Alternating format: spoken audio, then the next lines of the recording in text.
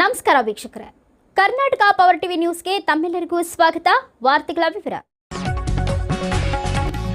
ಕಾಂಗ್ರೆಸ್ ಸರ್ಕಾರದ ವಿರುದ್ಧ ಬಿ ಶ್ರೀರಾಮುಲು ಪತ್ರಿಕಾಗೋಷ್ಠಿ. ಬಳ್ಳಾರಿ ಮೇ 19 ಕಾಂಗ್ರೆಸ್ ಪಕ್ಷದ 3 ವರ್ಷದ ಆಡಳಿತದ ಸಾಧನೆ ಕುರಿತು ನಡೆಸಲಾಗುತ್ತಿರುವ ಸಮಾವೇಶವನ್ನ ಟೀಕಿಸಿರುವ ಮಾಜಿ ಸಚಿವ ಹಾಗೂ ಬಿಜೆಪಿ ನಾಯಕ ಬಿ ಶ್ರೀರಾಮುಲು, ಕಾಂಗ್ರೆಸ್ ಪಕ್ಷದ 3 ವರ್ಷದ ಸಾಧನೆ ಎಂದರೆ 100 ಸುಳ್ಳಿನ ಸಮಾವೇಶ ಎಂದು ವಾಗ್ದಾಳಿ ನಡೆಸಿದರು. ಬಳ್ಳಾರಿಯಲ್ಲಿ ಮಾಧ್ಯಮ ಪ್ರತಿನಿಧಿಗಳೊಂದಿಗೆ ಮಾತನಾಡಿದ ಅವರು, ರಾಜ್ಯ ಸರ್ಕಾರ ಜನರಿಗೆ ನೀಡಿದ್ದ ಅನೇಕ ಭರವಸೆಗಳನ್ನು ಸಮರ್ಪಕವಾಗಿ ಈಡೇರಿಸಲು ವಿಫಲವಾಗಿದೆ ಎಂದು ಆರೋಪಿಸಿದರು. ಸರ್ಕಾರದ ಆಡಳಿತದಲ್ಲಿ ಅಭಿವೃದ್ಧಿಗಿಂತ ಪ್ರಚಾರಕ್ಕೆ ಹೆಚ್ಚು ಆದ್ಯತೆ ನೀಡಲಾಗುತ್ತಿದೆ ಎಂದು ಟೀಕಿಸಿದರು. ರಾಜ್ಯದ ಜನರಿಗೆ ನಿಜವಾದ ಅಭಿವೃದ್ಧಿ ಮತ್ತು ಮೂಲಭೂತ ಸೌಲಭ್ಯಗಳನ್ನು ಒದಗಿಸುವಲ್ಲಿ ಸರ್ಕಾರ ಹಿನ್ನಡೆಯಾಗಿದೆ.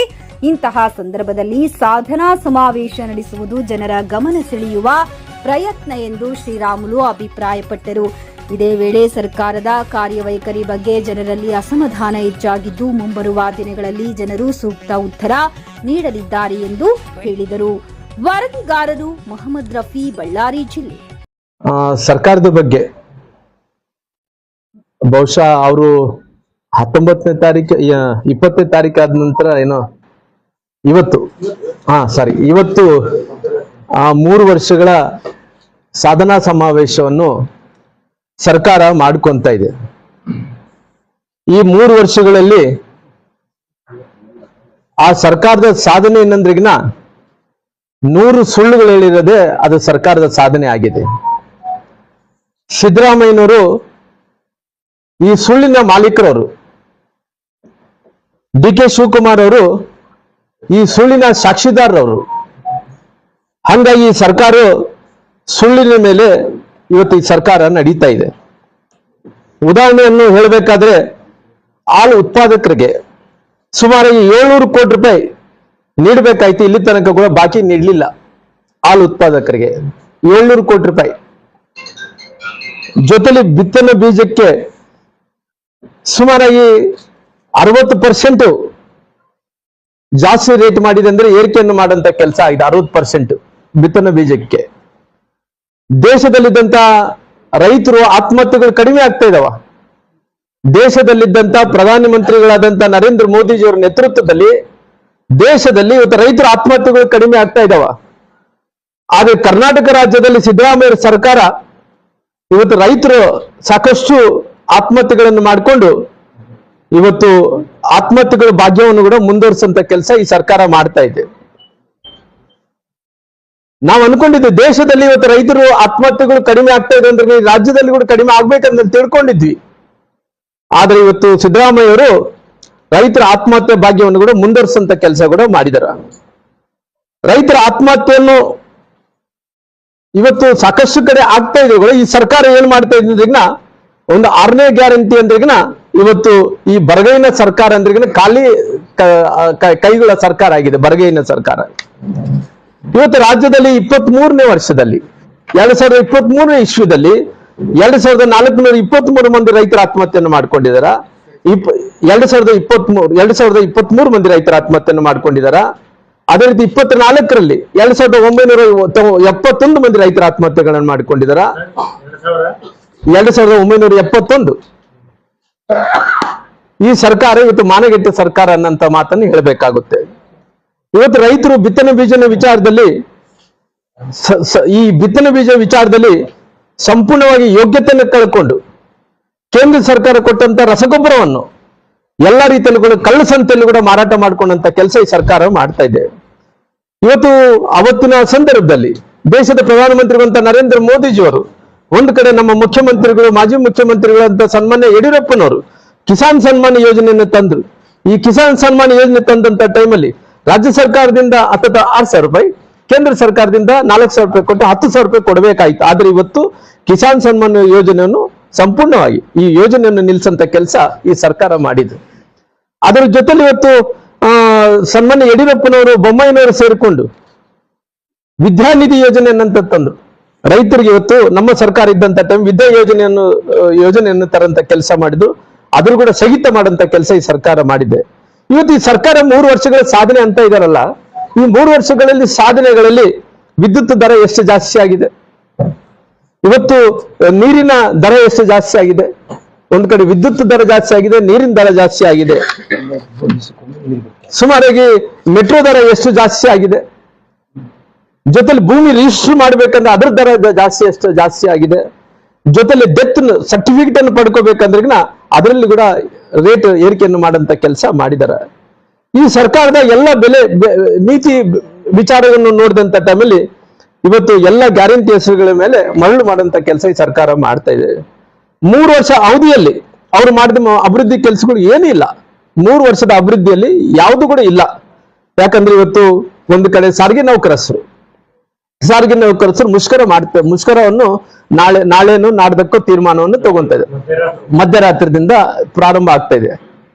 ಇವತ್ತು ಮುಷ್ಕರ ಮಾಡಂತ ಇವತ್ತು ಸಾರಿಗೆ ನೌಕರಸ್ಥರು ಅವ್ರು ಏನ್ ಕೇಳ್ತಾ ಇದಾರ, 3 ವರ್ಷಕ್ಕೆ 4 ವರ್ಷಕ್ಕೆ ನಮ್ಗೆ ಏನ್ ಇನ್ಕ್ರಿಮೆಂಟ್ಗಳು ಏನ್ ಜಾಸ್ತಿ ಮಾಡ್ಬೇಕಾಯ್ತು, ನಮ್ದು ಏನ್ ಮಾಡ್ಬೇಕಾಯ್ತು ಅದೆಲ್ಲ ಮಾಡಿಕೊಡ್ರಿ ಅಂತೇಳಿ ಮುಂಚೆಯಿಂದ ಕೂಡ ಕೇಳ್ಕೊತ ಬಂದಾರ. ಅವತ್ತು ನನಗೆ ಒಂದು ಅವಕಾಶ ಸಿಕ್ಕಂತ ಟೈಮಲ್ಲಿ, ನನಗೆ ಅಂದ್ರೆ ನಮ್ಮ ಸರ್ಕಾರಕ್ಕೆ ಅವಕಾಶ ಸಿಕ್ಕಂತ ಟೈಮಲ್ಲಿ ಅವತ್ತು 2023ರಲ್ಲಿ ಕೂಡ ಅವತ್ತು ಅಷ್ಟೋ ಇಷ್ಟೋ ಅನ್ನು ಕೂಡ ಸರಿ ಮಾಡಿಸಂತ ಕೆಲಸ ನಾವು ಮಾಡಿದ್ವಿ. ಆದ್ರೆ ಇವತ್ತು ಸರ್ಕಾರದಲ್ಲಿ ಇವತ್ತು ಸಾರಿಗೆ ನೌಕರಸ್ಥರು ಇವತ್ತು ಯಾರು ಕೂಡ ಸಮಾಧಾನ ಇಲ್ಲ. ಜೊತೆಲಿ ಇವತ್ತು ಸಾರಿಗೆ ನೌಕರಸ್ಥರು ಕೂಡ ಸಮಾಧಾನ ಇಲ್ಲ. ಜೊತೆಲಿ ಏನು ಸಾರಿಗೆ ಇಲಾಖೆಯಲ್ಲಿ ಹೆಂಗಾಗಿದೆ ಅಂತ ಹೇಳಿದ್ರೆ, ಯಾವ್ದನ್ನ ಬಸ್ಸುಗಳು ಇವತ್ತು ನಮ್ಮ ಬೀದರ್ ಕಡೆ ಬರೋದು, ಬಳ್ಳಾರಿ ಕಡೆ ಬರೋದು ಅಂದ್ರೆ ಎಲ್ಲಾ ಬಸ್ಸುಗಳು ಕೆಟ್ಟು ನಿಲ್ತಾವ. ಎಲ್ಲ ಹಳೆ ಬಸ್ಸುಗಳು ಅವ್ರ ಹತ್ರ ಹೆಂಗಾಗಿದೆ ಅಂದ್ರೆ ಪಂಚರ್ ಏನನ್ನ ಆದ್ರೆ ಪಂಚರ್ ಹಾಕಕ್ ರೊಕ್ಕ ಇಲ್ಲ. ಜೊತೆಲಿ ಯಾವ್ದನ್ನ ಬಾಗಿಲಿ ಮುರಿದು ಬಿದ್ರೆ ಆ ಬಾಗಿಲಿಗೆ ರಿಪೇರಿ ಮಾಡ್ಲಕ್ ಆಗ್ತಾ ಇಲ್ಲ. ಆ ಪಂಚರ್ ಆಗಿದೆ ಜಾಕಿ ಎತ್ತಬೇಕಂದ್ರೆ ಜಾಕಿ ಕೊಂಡ್ಕೊಂಡು ಕೂಡ ರೊಕ್ಕ ಇಲ್ಲ. ಆ ರೀತಿ ಪರಿಸ್ಥಿತಿ ಮಾಡ್ಕೊಂಡು ಕುಂತಾರ.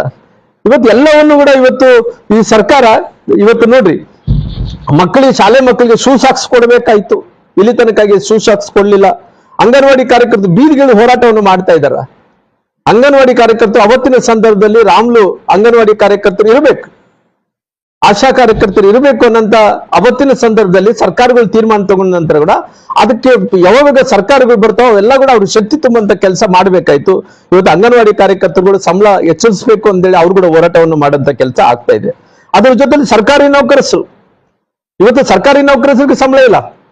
ಯಾವನೋ ಡಿ ಗ್ರೂಪ್ ನೌಕರ ಸಾಹೇಬ್ ಸರ್ಕಾರಿ ನೌಕರಸ್ಥರಿಗೆ ಇವತ್ತು ಎಂತ ಪರಿಸ್ಥಿತಿ ಬಂದಿದೆ ಅಂದ್ರೆ, ಸರ್ಕಾರಿ ನೌಕರರಿಗೆ ಅವ್ರಿಗೆ ಸಂಬಳ ಅಂದ್ರೆ ತಿಂಗಳಿಗೊಮ್ಮೆ ಬರಕ್ ಆಗ್ತಾ ಇಲ್ಲ. ಇವತ್ತಿನ ತನಕ ಕೂಡ ಎಲ್ಲ ಖಜಾನೆಗಳೆಲ್ಲ ಕೂಡ ಖಾಲಿ ಮಾಡ್ಕೊಂಡು ಕುಂತಾರ. ಈ ಸರ್ಕಾರ ಇವತ್ತು ಹಣ ಇಲ್ಲಾರ್ದಂತೆ ಖಜಾನೆ ಖಾಲಿ ಮಾಡ್ಕೊಂಡು ಕುಂತ್ಕೊಂಡು ಇಲ್ಲಿ ಮತ್ತೆ ಪುನಃ ಸಾಧನಾ ಸಮಾವೇಶ ಅಂತ ಒಟ್ಟಾರೆ ಮಾಡ್ತಾ ಇದೆ. ಹಂಗಾಗಿ ಇವತ್ತು ಈ ಸರ್ಕಾರ ಅನ್ನಂಥದ್ದು ಬರಗೈನ ಸರ್ಕಾರ ಮಾಡ್ಕೊಂಡು ಈ ಯಜಮಾನ ಸಿದ್ದರಾಮಯ್ಯ ಏನಿದಾರೋ ಇವರು ಯಾವ ರೀತಿ ಇಲ್ಲಂದಿನ ಅವ್ರ ಯಜಮಾನರಿಗೆ ಸಾಕ್ಷಿಯಾಗಿ ಡಿ ಕೆ ಶಿವಕುಮಾರ್ ಅವರು ಕೂಡ ನಡ್ಕೊಂತ ಹೋಗ್ತಾ ಇದಾರ. ಅದಕ್ಕೋಸ್ಕರವಾಗಿ ಇವತ್ತು ಕಾಂಗ್ರೆಸ್ ಸರ್ಕಾರ ಎಲ್ಲ ವಿಚಾರದಲ್ಲಿ ಏನ್ 3 ವರ್ಷಗಳ ಸಾಧನಾ ಸಮಾವೇಶ ನಡೀತದೋ, ಸಾಧನಾ ಸಮಾವೇಶ ಮಾಡ್ಕೊಂಡ ಸಲುವಾಗಿ 1 ಇಂಚು ಕೂಡ ಯಾವ ಪುರುಷತ್ವ ಕೂಡ ಅವ್ರಿಗೆ ಯೋಗ್ಯತೆ ಇಲ್ಲ ಅನ್ನಂತ ಮಾತನ್ನು ಕೂಡ ಹೇಳ್ಬೇಕಾಗತ್ತೆ.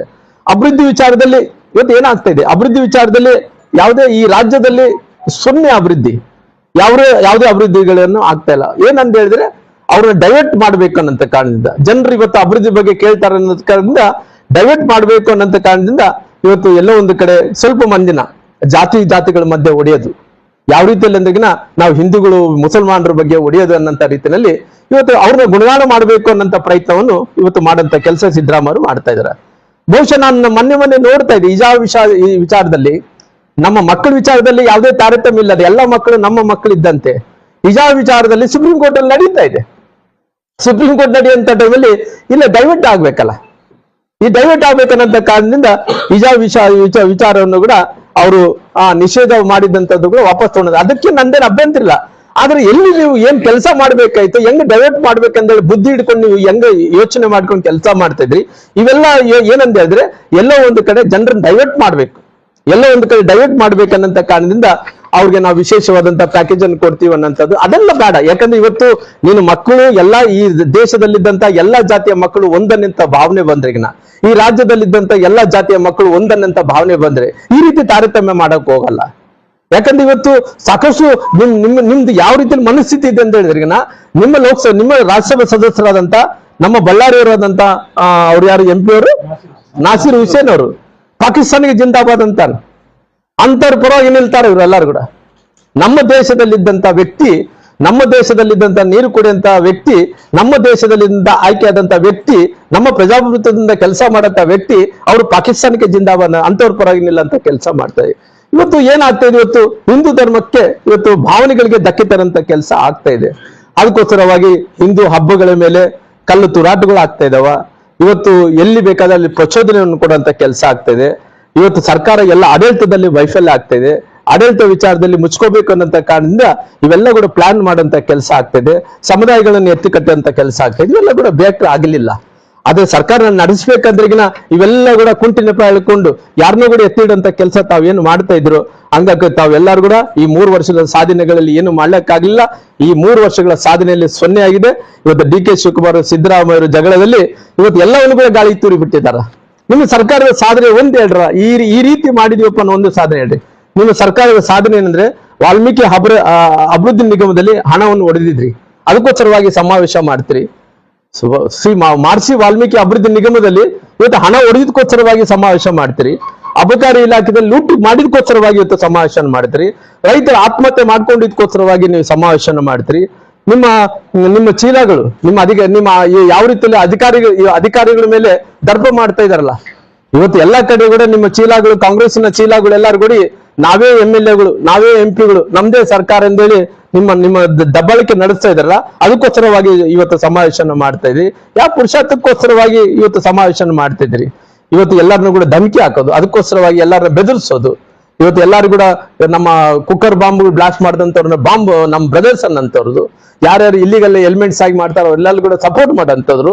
ಅದಕ್ಕೋಸ್ಕರವಾಗಿ ಯಾವ ಪುರುಷಾರ್ಥಕ್ಕೋಸ್ಕರವಾಗಿ ಇವತ್ತು ಸಮಾವೇಶ ಮಾಡ್ತಿದ್ರಿ. ಒಂದು ಕಡೆ ಬೆಲೆ ಏರಿಕೆ ಜಾಸ್ತಿ ಮಾಡಿದ್ರಿ, ರೈತರ ಆತ್ಮಹತ್ಯೆಯನ್ನು ಜಾಸ್ತಿ ಆಗಿದಾವ, ಅದಕ್ಕೋಸ್ಕರವಾಗಿ ಸಮಾವೇಶ ಮಾಡ್ತೀವಿ. ಯಾವ ಪುರುಷಾರ್ಥಕ್ಕೋಸ್ಕರ ಸಮಾವೇಶ ಮಾಡ್ಬೇಕು ಅಂತ ಕೇಳ್ತಿದೆ. ಇವತ್ತು ರಸ್ತೆ ಗುಂಡಿಗಳು ಮುಚ್ಚೋ ಸಲುವಾಗಿ ಕೂಡ ಇವತ್ತು ತಮ್ಮ ಹತ್ರ ರೊಕ್ಕ ಇಲ್ಲ. ಇವತ್ತು ಬೆಂಗಳೂರಲ್ಲಿ ಅಭಿವೃದ್ಧಿ ವಿಚಾರದಲ್ಲಿ ಯಾವುದೇ ರೀತಿಯಲ್ಲಿ ಕೂಡ ನಡೀತಾ ಇಲ್ಲ. ಇವತ್ತು ರೈತರು ಪಂಪ್ ಸೆಟ್ಗಳನ್ನು ಇವತ್ತು ಪಂಪ್ ಸೆಟ್ ಹಾಕೋಬೇಕಾದ್ರೆ ಇನ್ನ 2 ಲಕ್ಷ ರೂಪಾಯಿ ಹತ್ತತ್ರ ಇವತ್ತು ಕಟ್ಟಬೇಕಾಗ್ತದೆ. ನಮ್ಮ ಯಡಿಯೂರಪ್ಪ ಇದ್ದಂತ ಫ್ರೀ ಆಗಿ ಕೂಡ ಮಾಡ್ಕೊಡಂತ ಕೆಲಸ ಯಾವ ಪುರುಷಾರ್ಥಕ್ಕೋಸ್ಕರವಾಗಿ ನೀವು ಸಮಾವೇಶ ಮಾಡ್ಕೊಂತ ಇದ್ರಿ ಹೇಳ್ಬೇಕಾಗಿದೆ ಸಿದ್ದರಾಮಯ್ಯರೇ. ಇವತ್ತು ಯಾವ ರೀತಿಯಲ್ಲಿ ಅದ್ರಿಗೆ ಖಾಲಿ ಡಬ್ಬೆ ಇರ್ತದಲ್ಲ, ಆ ಡಬ್ಬೆ ಸೌಂಡ್ ಜಾಸ್ತಿ ಮಾಡ್ತಾವ. ಆ ರೀತಿಯಲ್ಲಿ ನಿಮ್ದು ಏನಾಗಿದೆ ಅಂದ್ರೆ ಖಾಲಿ ಡಬ್ಬಿ ಇರೋ ಕಾರಣ ಇವತ್ತು ಇಬ್ಬರು ಜಗಳದಲ್ಲಿ ಆರಂಭ ಆಗಿ ಆ ಸೌಂಡ್ ಸಿದ್ದರಾಮಯ್ಯದ ಡಬ್ಬಿ ಇವತ್ತು ಸೌಂಡ್ ಮಾಡ್ತಾ ಇದೆ. ಇವತ್ತು ನಿಮ್ಮ ಮುಖ್ಯಮಂತ್ರಿಗಳ ಕುರ್ಚಿ 4 ಈ ಗಾಲಿಗಳ ಮೇಲೆ 4 ಚೇರ್ ಚಕ್ರದ ಮೇಲೆ ನಿಂತಾವ, ಅಂದ್ರೆ ಇದ್ರ ಏನಂತಾರೆ ಸ್ಟ್ಯಾಂಡ್, 4 ಕಟ್ಟಿಗೆ ಮೇಲೆ ನಿಂತಾವೋ, ಕಾಲುಗಳ ಮೇಲೆ ನಿಂತಾವೋ. ಅದು ಒಂದ್ ಕಡೆ ಇವತ್ತು ಒಂದು ಇವರು DK ಶಿವಕುಮಾರ್ ಅವರು ಒಂದು ಒಂದು ಕಟ್ಟಿಗೆಯನ್ನು ಕೂಡ ಕಸ್ಕೊಂಡಿದ್ದಾರೆ. 3 ಗಾಲಿ ಇದಾವ. ಹಂಗಾಗಿ ನಾನು ಹೇಳುವಂತ ಪ್ರಕಾರ ನೋಡ್ತಾ ಇದ್ದೆ, ಇದೆಲ್ಲ ಕೂಡ ಬರಗೈನ ಸರ್ಕಾರ ಆಗಿದೆ. ಎಲ್ಲ ಗುಣಗಳನ್ನು ಎಲ್ಲವನ್ನು ಕೂಡ ಅವರು ಕಳ್ಕೊಂಡ್ಬಿಟ್ಟಿದಾರ. ಹಂಗಾಗಿ ಖಾಲಿ ಡಬ್ಬ ಇರೋ ಕಾರಣ ಸೌಂಡ್ ಜಾಸ್ತಿ ಮಾಡ್ತಾ ಇದೆ. ಹಂಗಾಗಿ ಇವತ್ತು ಎಲ್ಲ ಏನ್ ಮಾಡ್ತಾ ಇದೆ ಅಂದ್ರೆಗಿನ ಹಿಂದೂ ಮುಸಲ್ಮಾನರ ಮಧ್ಯೆ ಜಗಳ ಇಡಬೇಕು. ಜಗಳ ಇದ್ರ ಜೊತೆಲಿ ಅವ್ರಿಗೆ ಏನಂತ ಹೇಳಿದ್ರೆ ಪ್ರಚೋದನೆ ಮಾಡ್ಬೇಕು ಹಿಂದೂಗಳಿಗೆ ಅಂದೇಳಿ ಅವ್ರಿಗೆ 10 ಕೋಟಿ ರೂಪಾಯಿ ನಿಮ್ಮ ಕಾಲೋನಿಗಳಿಗೆ ನಾವು ಅಭಿವೃದ್ಧಿ ಮಾಡ್ತೀವಿ ಅಂತೇಳಿ ಹಣವನ್ನು ಬಿಡುಗಡೆ ಮಾಡೋದು. ಎಲ್ಲ ಒಂದು ಕಡೆ ಹಿಜಾಬ್ ವಿಚಾರದಲ್ಲಿ ಅದ ನಿಷೇಧವನ್ನು ಕೂಡ ಕಾಲೋನಿಗಳು, ಮುಸಲ್ಮಾನರ ಕಾಲೋನಿಗಳು ಡೆವಲಪ್ಮೆಂಟ್ ಮಾಡ್ತೀವಿ ಅಂತೇಳಿ 10 ಕೋಟಿ ರೂಪಾಯಿ ಹಣವನ್ನು ಬಿಡುಗಡೆ ಮಾಡೋದು. 10,000 ಕೋಟಿ ಅವ್ರಿಗೆ ಕಾಲೋನಿಗಳು ಡೆವಲಪ್ ಮಾಡ್ತೀವಿ ಪ್ರತಿ ತಾಲೂಕಿನಲ್ಲಿ ಅಂತೇಳಿ ಆ ಮಾತು ಹೇಳೋದು. ಹಿಜಾಬ್ ನಿಷೇಧವನ್ನು ತೆರವುಗೊಳಿಸಿದೀವಿ ಅಂತೇಳಿ ಅದ್ರ ಬಗ್ಗೆ ಒಂದು ರೀತಿ ಹೇಳಿಕೆಗಳನ್ನು ಕೊಟ್ಟೋದು, ಅವ್ರನ್ನ ಗುಣಗಾನ ಮಾಡುವಂತ ಕೆಲಸ ಮಾಡೋದು, ಹಿಂದೂಗಳ ಮೇಲೆ ಕೇಸ್ ಹಾಕುವಂತ ಕೆಲಸ ಮಾಡೋದು. ಇವೆಲ್ಲ ಕೂಡ ಮಾಡಿ ಇವತ್ತು ಖಾಲಿ ಡಬ್ಬ ಯಾವ ರೀತಿಯಲ್ಲಿ ಸೌಂಡ್ ಮಾಡ್ತಾ ಇದೆ.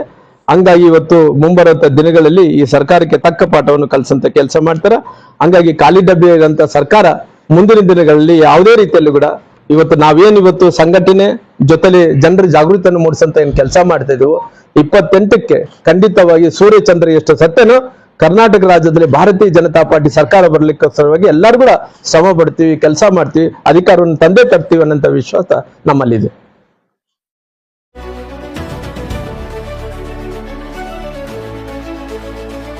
ನೈಜ ಸುದ್ದಿಗಾಗಿ ನಿರಂತರವಾಗಿ ನೋಡ್ತಾ ಇರಿ ಕರ್ನಾಟಕ ಪವರ್ ಟಿವಿ ನ್ಯೂಸ್.